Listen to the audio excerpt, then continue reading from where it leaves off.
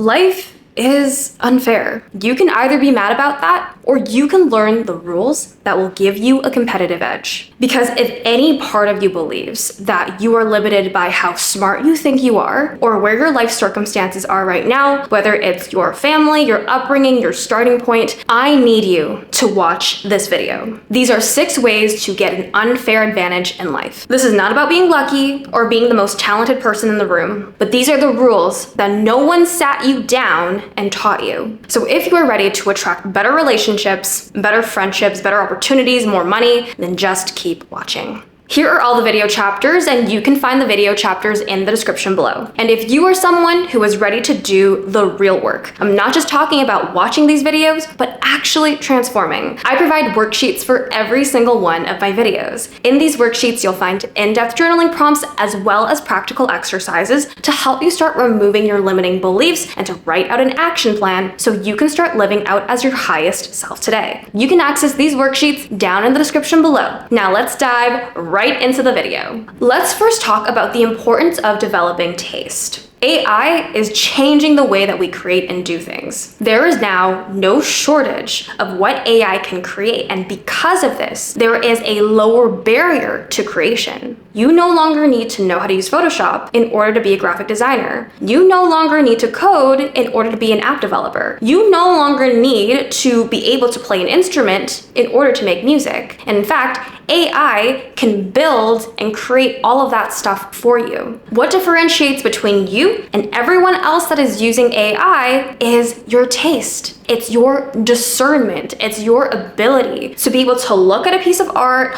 look at a piece of writing, look at an app and say, this is good. So what exactly is taste? Taste is the ability to consistently recognize and produce something that meets a distinctive and specific standard. It is the bar that you set before anything leaves your hands, and it's an expression of your entirely distinctive point of view. If your audience trusts your taste, your audience doesn't really care what your process is, your reasoning behind your decision making, but they just naturally trust your point of view, your specific and distinctive point of view. They trust your next decision before they even see what you do. So let's talk about some of the common misconceptions around taste. The first being is a lot of people think that there is a right and wrong answer when it comes to taste. But in fact, everyone is going to have their own point of view. The most important thing is that you have a stance around your standard. That's kind of the tricky part because taste is a very nuanced POV. There's not going to be a specific black and white answer, but you need to be able to define what taste is for you.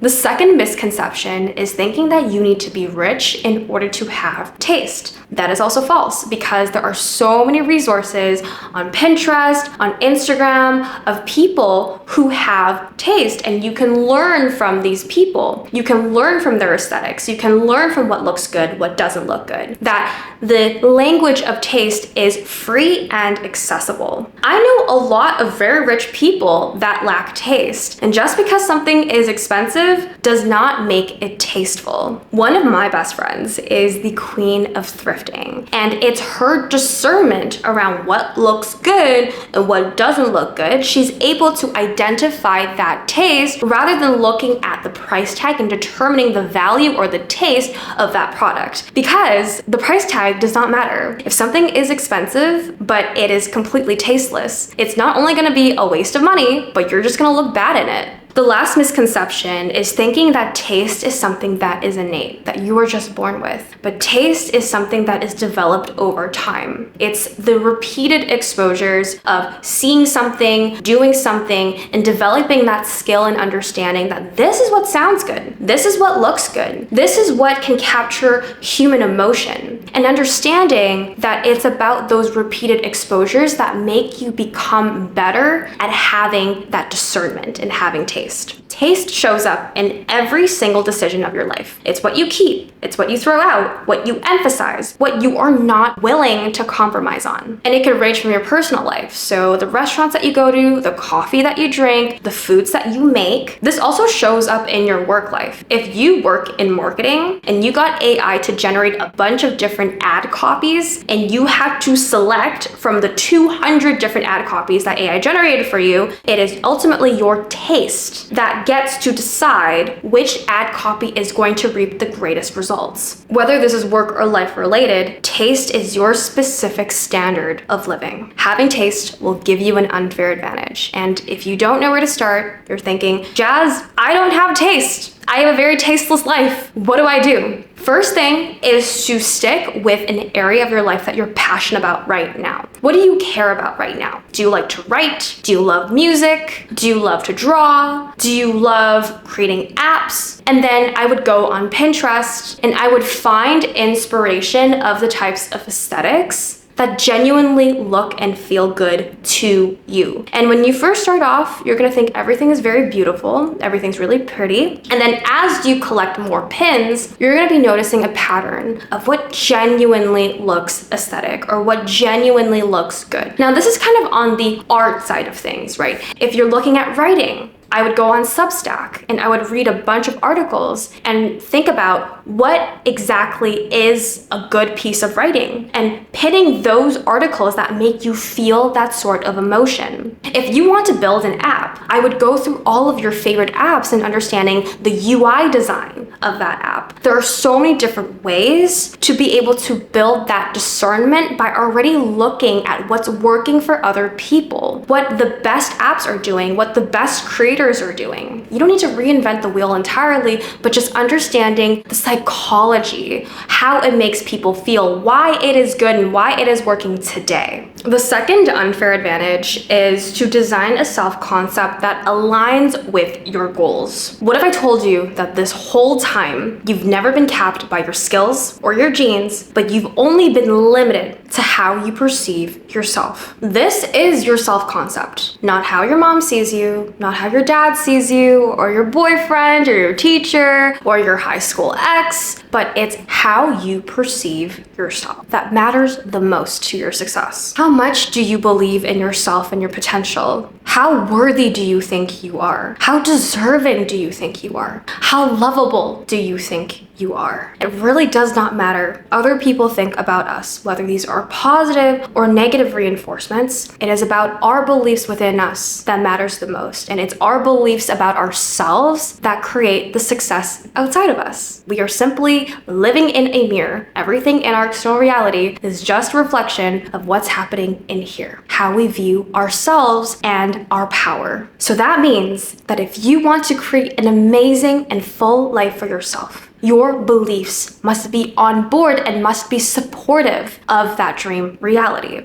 It is impossible to hate yourself into creating an amazing life for yourself. So that's why you need to build a self-concept that aligns and is supportive of the reality that you want to create. So how do you do this? You need to understand that it is your personality that is creating your personal reality. Meaning, your personality is the reason why you are living in this reality right now. So if you want to build a brand new reality for yourself, you will have to reverse engineer and start with your personality. Now, changing your personality and self-concept comes with a two-step process. You need to think of yourself as a scriptwriter and an actress. Because if you were to think about it, if you are writing a brand new story, a brand new movie, what needs to change? The character needs to change. You can use the same actress, but those that are really good at their job, that are really great actresses, can be so versatile. Think of Zendaya. Zendaya in Odyssey is very different from Zendaya in Spider-Man. Zendaya in Euphoria is very different from the Zendaya in Shake It Up. It's because of her ability to be adaptable and versatile that makes her a good actress. So the very first step is to be the script writer of this next chapter. What do you want to achieve? What do you want to have? What kind of life do you want want to live? What mindset do you want to have? And then the second step, which is being the actress of this movie, as you're acting out this movie, who do you need to become in order to have this thing? This is where you want to hone back into your child play pretending phase, because we were so good at playing pretend when we were kids. We loved playing house. We loved pretending to be models. We loved pretending to be business owners. We were so good at playing pretend that when we grow older, we tend to forget how to do that because we think that acting as if shouldn't be fun. But we're all characters in our lives, and we're always evolving and changing. We are not meant to be one version of ourselves for the rest of our lives,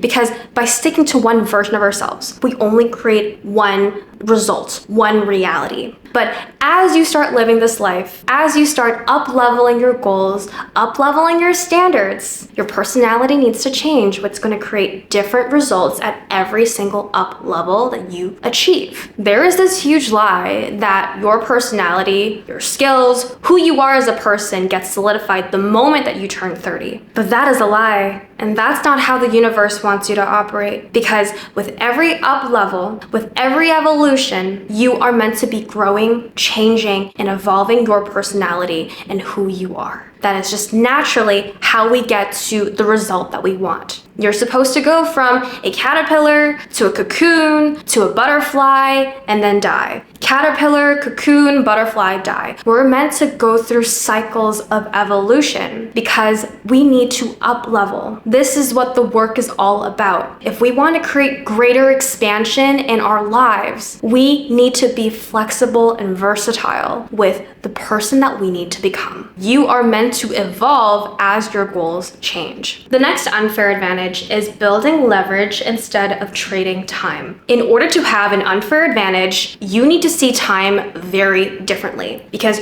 you have the same 24 hours as Elon Musk, but the results that he creates in 24 hours is vastly different from the rest of us. I'm not saying that I'm at that capacity at all, but this is where you want to take note as to how you value your time in how you work and how you earn. Let's talk about how you work. Where are you spending most of your time? And I recommend that you track the next 7 days and track what you are doing hour by hour. Which tasks are taking the most amount of time? Which tasks are not actually productive towards your success? And are you creating enough rest in between in order to create productive work? When you fully and honestly track for the next 7 days, you have real data that you can act on. Now, once you have this data, what are some low-value tasks that you spend the most time on but isn't bringing your life forward? This is where we're going to bring in AI, because AI now has a lot of different features, from co-work, project skills. There are so many different ways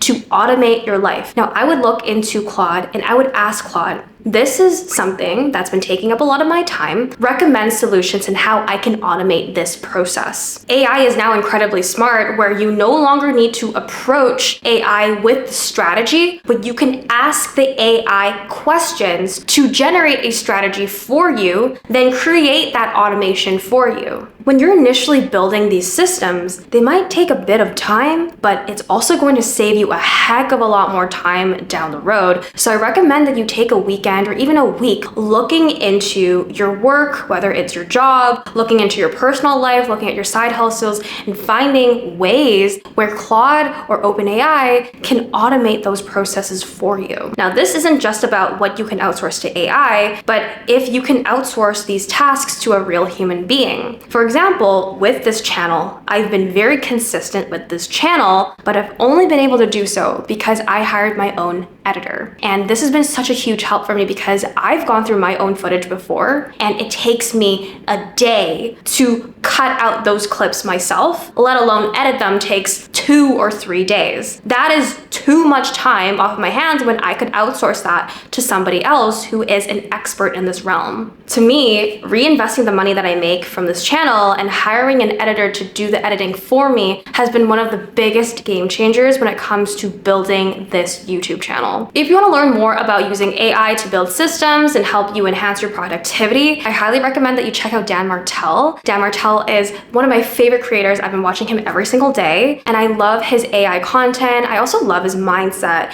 and his approach to being a CEO, his approach to entrepreneurship, as well as his approach and mindset around money. So I highly recommend that you check him out. Now let's talk about how you earn. I always recommend creating a business model that will give you an unlimited earning potential. I used to be a freelance brand designer, web designer, and I could only hold 5 clients at a time simply because I didn't have the capacity to have 6, 7, or 8, because my quality that I'm going to create for my clients is just going to diminish from there. So I felt that I was constantly capped at 5, which meant that there isn't really flexibility in how much you can earn. If your earning potential is capped by time, it's going to be really hard for you to dramatically increase the amount that you make, because you're just going to burn yourself out and you are limited by the amount of time to project, time to hourly wage. You are tied to the amount of time that you have throughout the day. But ultimately, what led me to quitting my freelance business was I contemplated the question of, what do I want my future to look like? Do I want to build a business where making money becomes progressively easier, or do I want to stay stuck and stay tied to time? Because I do want a business where making money becomes progressively easier. And if you want this for yourself as well, it is important to learn that you need to build leverage instead of trading your time for money. Learn skills and build assets that will continue paying you even after the work is done. Build assets like making YouTube videos, creating content. It could be creating digital products and selling your knowledge base. It could be building a software that meets an actual need. It could be investments, so putting money into an investment account and watching that amount grow. So ask yourself, how can I do this once and benefit from this many, many times over and over again? The next unfair advantage is to improve your presentation. Success is a game of exposure and probability. And the reality is, your presentation matters. It's essentially your first impression. Your chances of success, whether these are business opportunities or relationships, are going to be a lot higher because your first impression is so great, and that gets your foot in the door. People are more likely to want to approach you if you are beautiful and if you have a warm personality. People will more likely offer opportunities to you because you come off as someone who is competent, trustworthy, and inviting. Presentation includes the following: your looks. This is how regularly you groom, take care of yourself, work out, eat healthy, even understanding what kind of clothes and makeup look good with your body type and your face shape.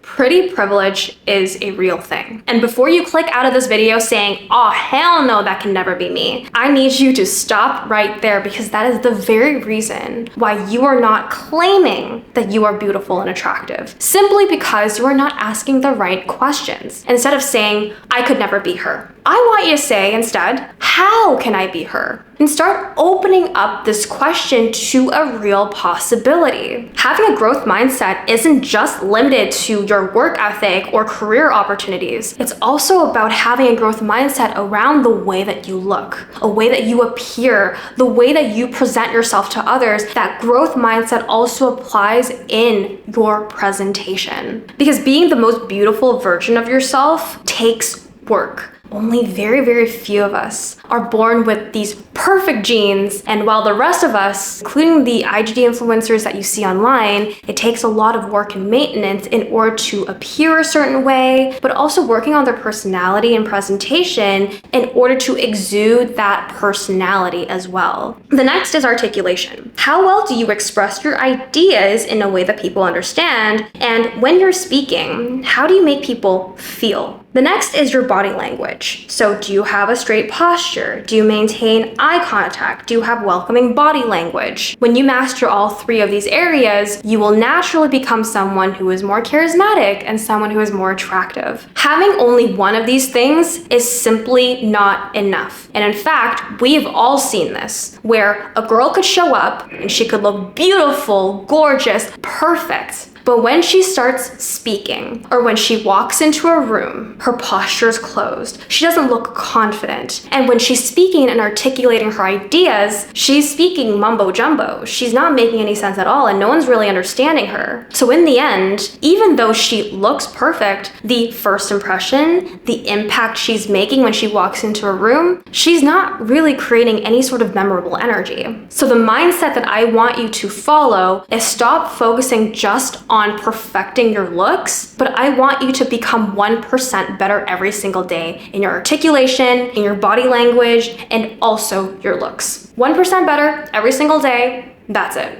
Another way that you can get an unfair advantage in life is to increase your luck surface area through visibility. Now, there are several ways to do this. The first way is through content. Making content online, on Instagram, TikTok, LinkedIn, YouTube, Substack, whatever it is that could get your name out into the world. Social media is such a lucrative platform. There are a million cajillion opportunities on social media, and this is really something that I like to call a free lottery system. Social media is a free lottery system for you to go viral, and every post that you make is a free lottery ticket. Now, imagine it just takes that one post for you to completely change your life, for people to know who you are overnight, for you to build an audience, to attract brand deals, to attract people that want to be friends with you. And social media is really the way for people to get to know you. I have a friend, I met her this year when I came to the city, and I didn't know her at all. My friend met her, and my friend immediately introduced me to her. And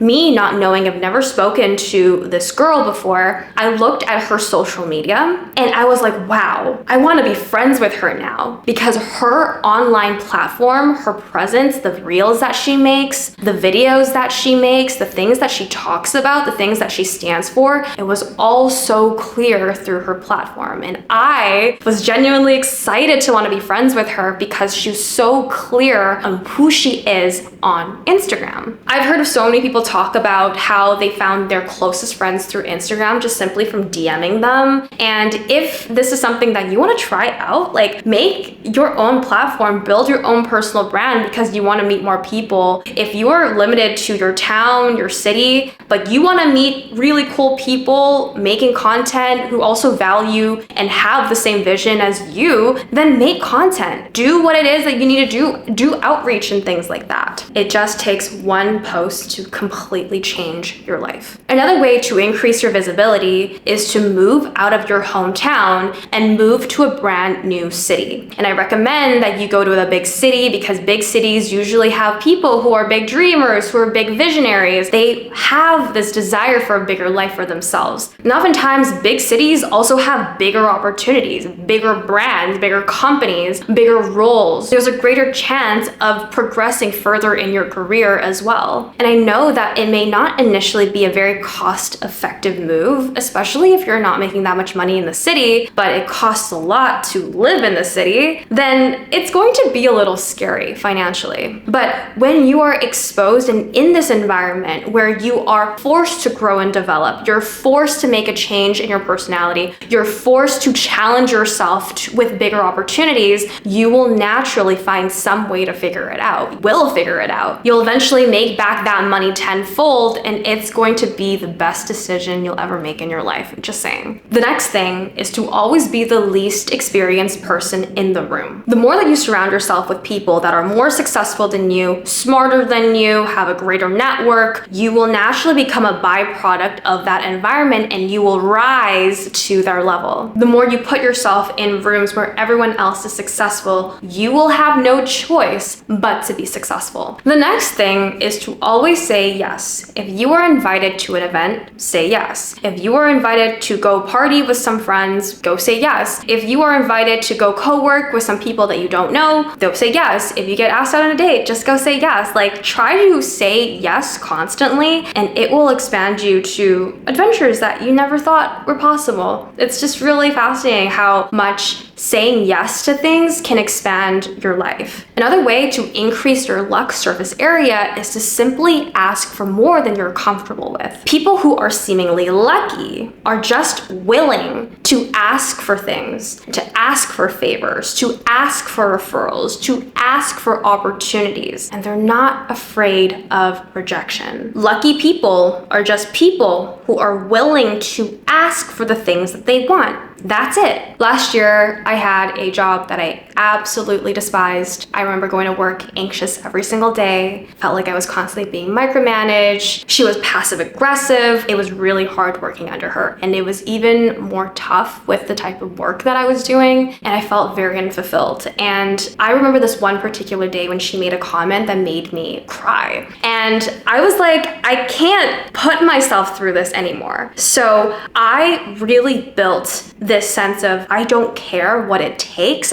I am going to find a brand new job that I love. So I've done a couple of things. The first thing was I walked up to a director in my company asking for a role within their department. He said no. I was applying to 3 jobs every single day, and I also reached out to quite a few people for referrals. A lot of them ghosted me. A lot of them just said, I don't know you that well to vouch for you. That's fine. But one person said yes, but the role that I was applying for, he thinks that I wasn't qualified enough. So I was like, okay, fair. Just put me through the system, right? So after 7 rounds of interviews, the recruiter called me and said, hey, we really like you. We think you'd be a really great fit to this role. I know that you applied to this role and you asked for this amount of money, but we think you are a better fit for a role above the role that you applied for. And in fact, we want to pay you even more than you asked for. And my jaw dropped, because if I did not reach out for that referral, I would have never gotten that interview. And if I never gotten that interview, I would have never gotten this offer. But when it comes to situations where you are not being valued, whether it's a relationship,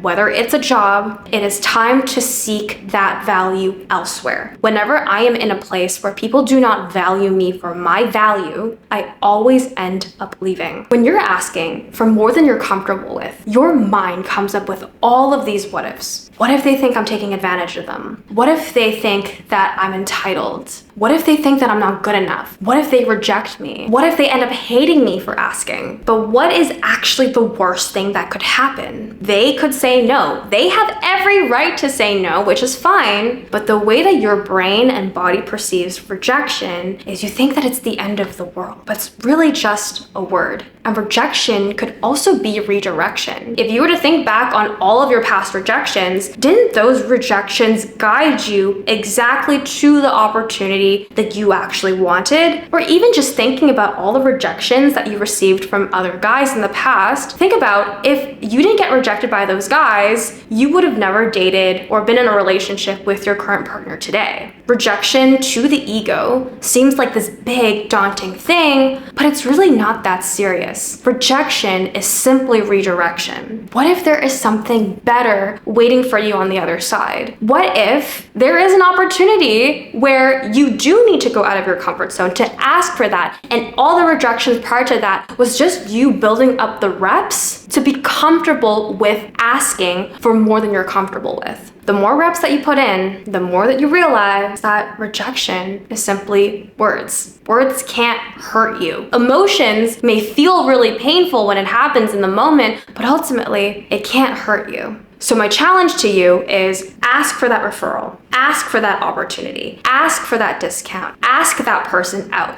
Do it first and see what happens, because you will be surprised that the more that you ask for more that you're comfortable with, the more your life is going to expand with it. Because from 1,000 no's, you might get 1 yes. Train yourself to do this more often. You might be surprised who ends up saying yes to you. The last thing to get an unfair advantage is to stop waiting for permission and start creating your own evidence. If you have a brand new idea, if you have a goal that you want to go for, or if you have a career path that you'd like to take, you are not waiting around to have the perfect credentials or to get validation from every single person in your city in order to go for the goal that you want. In a world where everyone is overthinking their next move, how you can have an unfair advantage is to simply close the gap between the ideation phase and the execution phase. When you have an idea, how quickly do you execute? The ability to execute right away is such a huge unfair advantage because when you are taking the action, you are seeing the results as real data. When you have real data, then you can make informed decisions around your next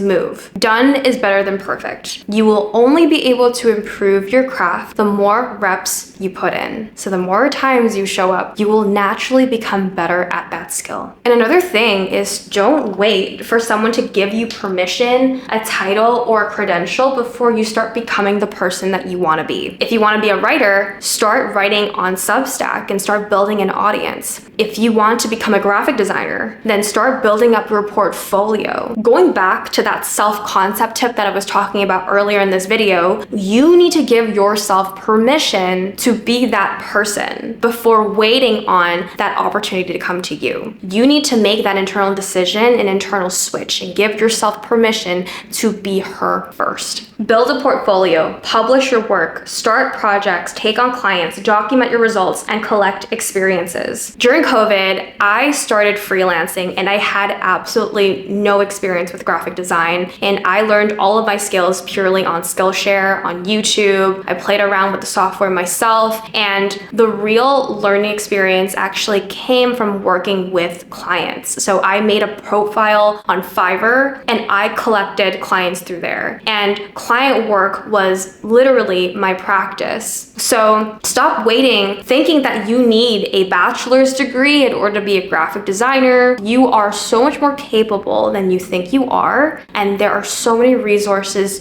at your disposal to increase and get better at the skill set that you want to get better at. Having your own piece of work, portfolio, a place where people can see your tangible work is so important, because if you were to ever talk to someone on the street and they were asking you about what you do, your side hustles, what you're working on, what you're passionate about, you have this tangible thing in front of you that you can share with other people. This is my Substack. This is my YouTube channel. This is the software that I'm working on right now. And right away, you're able to show people your craft, your taste, your lens in life, and people are attracted by that, and they'll want to give you opportunities knowing that you already have this evidence that you've done this thing for a while. This body of work becomes your competitive advantage because you're no longer asking people to take a chance at your potential, but your work is already laid out and people can see what you can create. Now, we've reached the end of this video. If you want to dive deeper into this work and you want to implement everything that I've taught in this video, then check out my worksheets down below. And if you are on the journey of becoming the woman of your dreams and building a life that you love, check out my channel because I make a ton of videos about self-worth, relationships, love, money, literally all things high-value women energy. And if you love this video, I highly recommend that you check out this video over here. This video is all about how to use neuroplasticity to rebuild your self-concept. I love and appreciate you so much. Thank you so much for being here, and I hope to see you in the next video. Bye!